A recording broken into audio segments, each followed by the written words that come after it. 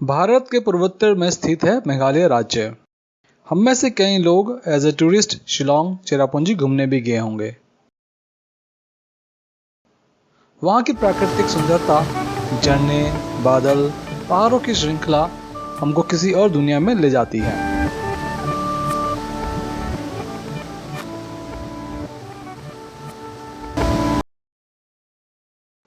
आज का ये वीडियो मेघालय में रह रहे खासी जाति पर है।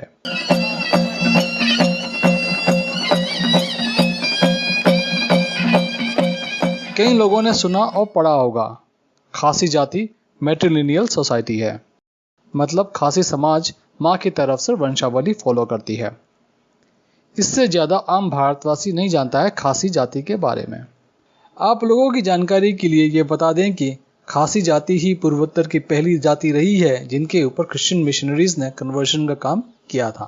और अगर आप नहीं जानते हैं सेंग खासी के बारे में, आपको जानने की ज़रूरत है उनके संघर्ष के बारे में। खासी धर्म का नाम है कान्याम खासी या सिंपली न्याम खासी। यहाँ पर न्याम का मीनिंग है लिविंग रीजन और लिविंग कोविनांट। खासी धर्म में गॉड का क्या है कंसेप्ट। इतिहास में कई लोगों ने खासी धर्म को एनिमिस्टिक कहा है। सेंग खासी उनके द्वारा दिए गए कमेंट को ऊपर दिया गया टिप्पणी भरी मानती है। टू ए खासी, religion is personal contract between God and man. वो सुप्रीम गॉड पर विश्वास रखता है। वो फॉर्मलेस है और हर जगह व्याप्त है, ऊपर नीचे अंदर बाहर। गॉड को कई नामों से एड्रेस किया जाता है, जैसे planner and creator, giver and dispenser of life, creator of mankind and architect of mankind. आमतौर पर गॉड के एट्रीब्यूट मेल है, उसे ये कहते हैं, और परिस्थिति के अनुसार फीमेल भी होता है, उसे ये कहते हैं। न्याम खासी रिलीजन अब्राहमिक रिलीजन्स की तरह हिस्ट्री सेंट्रिक नहीं है, जहां पर गॉड हिस्ट्री में इंटरव्यून करते हैं, जो यूनिक और नॉन रिप्रोड्यूसिबल होता है। न्याम खासी कन्वर्जन का बिजनेस नहीं करती है और ट्रूथ क्लेम भी नहीं करती है। एक खासी जब दूसरे खासी से मिलता है, वो नाम नहीं पूछता है, पहले वो कुर्वो जायत के बारे में पूछता है। इससे उसको ये पता चल जाता है कि ये कौन से वंशज का है, लाइनेज का है। खासी समाज मैट्रिलिनियल है। लाइनेज और डिसेंट माँ की तरफ से होती है। इनहेरिटेंस के मैटर पर भी मैट्रिलिनियल प्रिंसिपल फॉलो किया जाता है। खासी समाज कई कुर से बना है। कुर क्या है? हम ऐसे समझ सकते हैं, जैसे ही एक खासी अपना कुर बताता है, वो अपने वंशावली को ट्रेस बैक करता है और उसके रूट में ग्रैंड मदर से रिलेट करता है। मतलब वो अपनी ओरिजिन ग्रैंड मदर से करता है। ओरिजिन ग्रैंड मदर को ये बोला जाता है, एंसेस्ट्रल फादर को ये बोला जाता है, क्योंकि कुर एक ही परिवार के हैं, इनके अंदर शादी ब्याह नहीं हो सकता, स्ट्रिक्टली फॉलो किया जाता है। जायद और कुर एक ही है। जायद का प्रयोग आमतौर पर तब लाया जाता है जब एक ही कुर के लोग नए जगह चले जाते हैं और नाम चेंज हो चुका होता है। किपोह क्या है? ए group of matrilineal kin confined to one domestic family और groups of households linked by direct extensions of the main household. The किपोज are further subdivided into individual families known as इंग। इंग खासी समाज का बेसिक यूनिट है। एक इंग में माता पिता होंगे, उनके बच्चे होंगे, अविवाहित लड़के और लड़कियां होंगी, ग्रैंड चिल्ड्रन और ग्रैंड पेरेंट्स होंगे। पुश्तैनी प्रॉपर्टी इंग की सबसे छोटी लड़की को मिलता है। घर के सबसे छोटी लड़की का रोल अहम और महत्वपूर्ण होता है। वो न सिर्फ पुश्तैनी संपत्ति का संरक्षण करती है, बल्कि उसकी जिम्मेवारी में नाम खासी धर्म को पालन करने की जिम्मेवारी भी होती है। उसके घर को इंग खद्दू कहा जाता है। इसी घर पर ही परिवारजन मिलते हैं और पूजा पाठ करते हैं। इसी घर पर ही अविवाहित लड़के और लड़कियां रह भी सकते हैं। पूजा पाठ के साथ साथ ये घर बनता है परिवारजनों का कॉमन मीटिंग प्लेस। छोटी लड़की को ही अंतिम संस्कार का व्यय उठाना पड़ता है। खासी जाति मृत्यु उपरांत शव को जलाती है। जले हड्डियों को इकट्ठा करना और परंपरागत तरीके से निपटारा करना ये छोटी लड़की को ही करना होता है। यहाँ तक कि बहन की मृत्यु के बाद उसके बच्चों का देखभाल करना उसकी जिम्मेवारी में आती है। परिवार में आए बुरे वक्त पर भी छोटी लड़की का हाथ ही पकड़ा जाता है। इन सब कार्यों में छोटी लड़की का हाथ बटाता है मामा। मामा का रोल अहम होता है। मामा खासी समाज में काफी इन्फ्लुएंस रखता है और प्रेस्टीज में रखा जाता है। अपनी बहन के घर पर मृत्यु के उपरांत कर्मकांड में उनकी उपस्थिति अनिवार्य होता है। यहाँ तक कि शादी ब्याह में उनकी उपस्थिति आवश्यक है। पर ऐसा नहीं है, पिता और उसके रिश्तेदारों का कम रोल है। परिवार की वंशावली माँ से चलाई जाती है पर घर और समाज का बागडोर पुरुषों के पास ही होता है। एक खासी कहावत है, इसका मतलब है a father who bears the burden whereas an uncle only comes when it is a matter of life and death। खासी महिला का नॉन खासी आदमी से विवाह करना प्रॉब्लम नहीं है,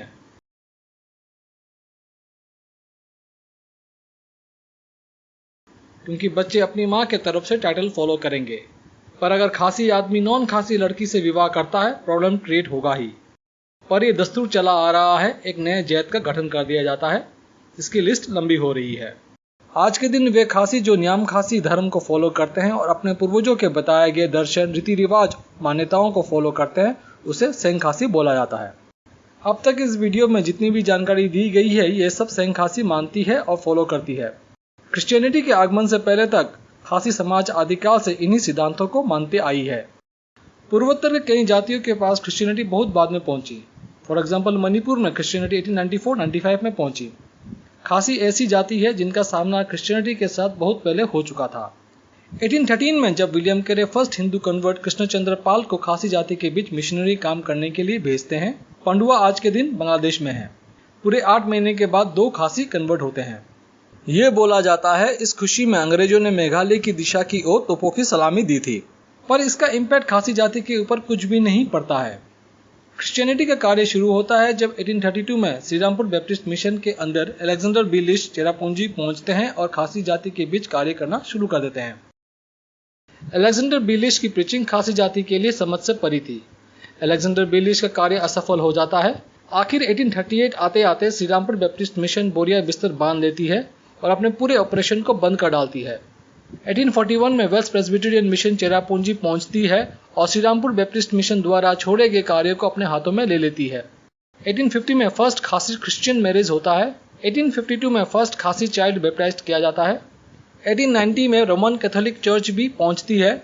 इतना काफी नहीं था, खासी जाति के बीच से ही 1902 में चर्च ऑफ गॉड नामक क्रिश्चियन मूवमेंट खड़ी हो जाती है।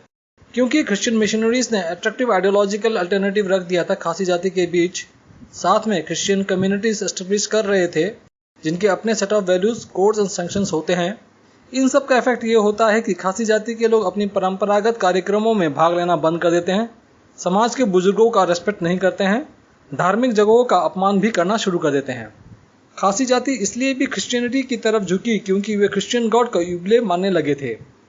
क्योंकि मिशनरीज पॉलिटिकली और इकोनॉमिकली सुपीरियर ग्रुप थे, क्रिश्चियनिटी की तरफ झुकाव उनके लिए स्वाभाविक था। गांव के स्कूल्स मिशनरीज चलाती थी। ये भी कारण है खासी जाति के लिए क्रिश्चियनिटी ग्रहण करना कोई बड़ी बात नहीं थी। जब खासी समाज के लोग निरंतर क्रिश्चियनिटी में कन्वर्ट हो रहे हो, इसका उनके समाज पर इम्पैक्ट पड़ना शुरू हो जाता है। मामा, जिसका अहम रोल हुआ करता था, कन्वर्ट हो जाने के बाद अपनी बहन के घर क्रियाक्रम में जाना बंद कर देता है। अब मामा का रोल निभाए तो निभाए कौन, उसका रोल कोई दूसरा नहीं ले सकता है। और अगर घर की छोटी लड़की कन्वर्ट हो जाती है तो पूरी परंपरा ही अर्थहीन हो जाती है, जिस परंपरा पर खासी समाज सदियों से फला फूला। पर खासी समाज में कुछ लोग थे, वे चिंतित थे अपने समाज में हो रहे बदलावों को देखकर। अपने धर्म संस्कृति को बचाने के उद्देश्य से मात्र 16 जन खड़े हो जाते हैं और सेंग खासी नामक संगठन गठित कर देते हैं। 23 नवंबर 1899 में इस ऑर्गेनाइजेशन का गठन होता है। इसका प्रमुख उद्देश्य था to guard and keep vigil over the sanctity of cherished values of tradition against predation. Religion के विषय पर सेंग खासी का सीधा और साफ मैसेज है। The word Sang signifies the beginning or a foundation, and the word Khasi stands for all the indigenous Khasis who are not converted to any other religion and who still preserve the Khasi indigenous religion. Sang Khasi का ये aims and objective है। पहला, to foster a sense of brotherhood among the Khasis who still retain their socio-cultural and religious heritage. दूसरा, to revive the true faith of their forefathers. तीसरा, to understand the true meaning of the conscience and truth as handed down by them, which are being neglected, misled and blinded by the teachings of foreigners. चौथा, to create consciousness about Yubilei, who always resides in the heart of a devotee, and therefore the devotee need not be imported or borrowed from outside. ये 4 aims and objectives को हम terms and conditions मान सकते हैं। इतना साफ और to the point terms and conditions है ये। सेंग खासी स्ट्रेस करती है रिलीजियस आइडेंटिटी ऑफ द खासिस। पहले ही दिन से अपने काम पे लग जाती है। सेंग खासी के उद्भव पर यह एनुअल फेस्टिवल मनाई जाती है। 2020 में ये फेस्टिवल इस प्रकार मनाया गया और 2019 में इस प्रकार से मनाया गया। लोगों का हुजूम देखकर और जिस रूप में ये फेस्टिवल मनाया जाता है, आप समझ गए होंगे सेंग खासी कितना समर्पित है अपने धर्म और संस्कृति के प्रति। वीडियो में आपने फ्लैग देखा होगा, ये सामने से ऐसे दिखता है। लाल कलर करेज को सिग्निफाई करती है, सर्कल वर्ल्ड को, सफेद कलर ये कहती है हर एक खासी इस दुनिया में आया है to propagate truth and earn righteousness. Dark green crowing rooster संकेत करती है अपने पुराने संस्कृति और मान्यताओं को। The Khasi believe that when sinful deeds darkens man's path, the rooster crows forth to bring the sunshine back to illuminate the path of purity, humanity and divinity for man to proceed along. जब एक खासी Christianity में convert हो जाता है, उसके जीवन में होता क्या है? सबसे पहले वे अपने कूर के रूट ग्रैंडमदर के प्रति न श्रद्धा रखता है, बल्कि रूट ग्रैंडमदर को क्रिश्चियन सेंट से रिप्लेस कर देता है।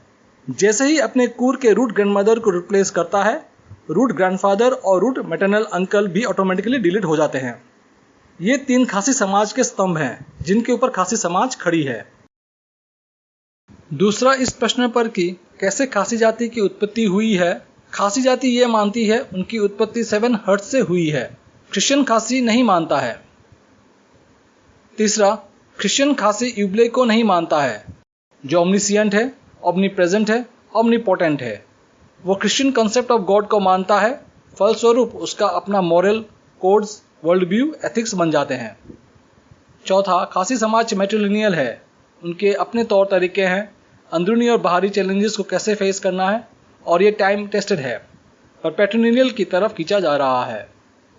पांचवा और सबसे महत्वपूर्ण, पारंपरिक खासी मान्यताओं के अनुसार उनका और गॉड का रिश्ता पर्सनल है, उसमें मेडिएटर नहीं है। पर क्रिश्चियनिटी में चर्च का पूरा सिस्टम बीच में आ जाती है। क्रिश्चियनिटी खासी जाति के अंदर कैसे घर कर गई? वो था अक्षरों का ज्ञान। किताबों के द्वारा एजुकेशन के माध्यम से क्रिश्चियनिटी घर घर तक पहुंची थी। यू जीवन रॉय, जिनको फादर ऑफ मॉडर्न खासी के नाम से पुकारा जाता है, इन्हीं अक्षरों का प्रयोग करते हैं और अपने समाज के बीच खासी धर्म और संस्कृति को लेकर पहुंचते हैं। यू जीवन रॉय 1896 में री खासी प्रेस शिलोंग में एस्टेब्लिश करते हैं। सिर्फ बोलचाल में रह रही खासी रिलीजियस और कल्चरल ट्रेडिशंस को अक्षरों में पिरोना शुरू कर देते हैं। उनकी पहली पुस्तक थी का नियम की खासी, जहां वे खासी मान्यताओं को अक्षरों में उद्धृत करते हैं। यह पुस्तक छपी थी 1897 में। अपने पुस्तक के प्रीफेस में लिखते हैं, I also see our land on the edge of a terrible precipice. If we, who are only a handful, do not wake up in time, the flood will overtake us. We shall be the Gideons of old, only the hewers of woods and drawers of waters for others. 1876 में वे एक high school भी establish करते हैं। 1900 में ये पुस्तक लिखते हैं। इनके अलावा वे हिस्ट्री ऑफ इंडिया के ऊपर भी लिखते हैं। पाठकों के बीच हिंदू संस्कृति से भी उन्हें अवगत करवाते हैं। पुस्तकों के नाम हैं का रामायण, का किताब चैतन्य, बुद्धदेव चरित्र और हितोपदेश। उनके अलावा ऐसे भी लोग सेंग खासी से जुड़ने लगते हैं जो क्रिश्चियनिटी में कन्वर्ट हो गए थे पर वापस अपने धर्म में आ जाते हैं। उनका सहयोग पाकर सेंग खासी को और मजबूती मिलती है। खासी लेखन कार्य जोर शोर से शुरू हो जाता है। आज से अगर हम गिनते हैं, सेंग खासी के बने तकरीबन 122 साल हो चुके हैं। सेंग खासी अपने फंडामेंटल्स में क्रिस्टल क्लियर है, अपने उद्देश्यों के प्रति समर्पित है। दूसरी तरफ क्रिश्चियन खासी कैसे लेता है सेंग खासी को, चलिए जानते हैं। पहला, ये ठीक है वे ट्रेडिशनल डांस, म्यूजिक, पारंपरिक वंशावली को फॉलो करते हैं, पर रिलीजन को प्रमोट करना ये समाज में डिविसिवनेस ला रही है। दूसरा, क्योंकि क्रिश्चियनिटी खासी समाज के बीच बैठ चुकी है, सेंग खासी को सिर्फ ट्रेडिशनल कल्चरल एलिमेंट्स तक ही सीमित हो जाना चाहिए। तीसरा, खासी होने का मतलब ये नहीं है सिर्फ खासी रिलीजन को फॉलो करे, बल्कि खासी वो है हु इज बोर्न ए खासी, बिलोंग्स टू द खासी खुरखा, स्पीक्स द खासी language and thinks and dreams in खासी। ये था छोटा सा वीडियो खासी जाति पर। यहाँ पर एक ओवरव्यू देने की कोशिश की गई है। इस कोशिश में हमने बहुत कुछ ऐड नहीं किया है। आपको ये वीडियो कैसा लगा कमेंट करके बताइएगा।